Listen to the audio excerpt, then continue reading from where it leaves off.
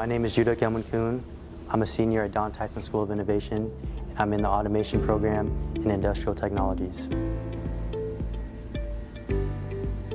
This is industrial technologies, so it's kind of mechatronics. You have everything in here. We have machining, we have plumbing, we have electrical, and we have HVAC too.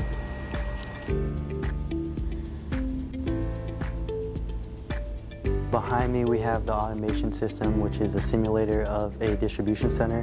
We have a programmable logic controller, a variable frequency drive, and an HMI. It all controls the conveyor belt, which simulates a distribution center for somewhere like Amazon or Walmart.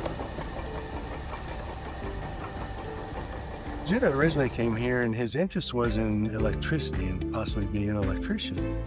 And then as he was slowly exposed to other avenues and other technologies, he was attracted to this particular technology, which involves PLCs, which are programmable logic controllers. And a family member who is in the industry mentioned to him that if you understand PLCs, your career is pretty much set and there's no limit to how far you can go.